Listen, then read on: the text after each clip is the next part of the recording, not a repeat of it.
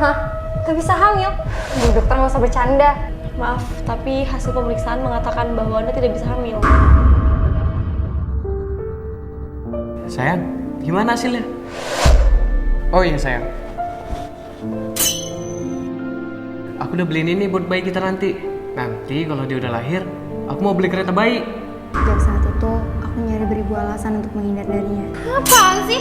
Gak usah pegang-pegang. Risih tau nggak? Sayang, Hari ini aku lembur, jadi aku tidur di kantor. Aku nggak bisa kayak gini terus. Aku harus jujur, tapi aku takut nanti dia kecewa. Apa yang aku takutkan akhirnya terjadi. Sebenarnya aku perlengkapan bayi yang aku beli dikasih ke orang aja ya.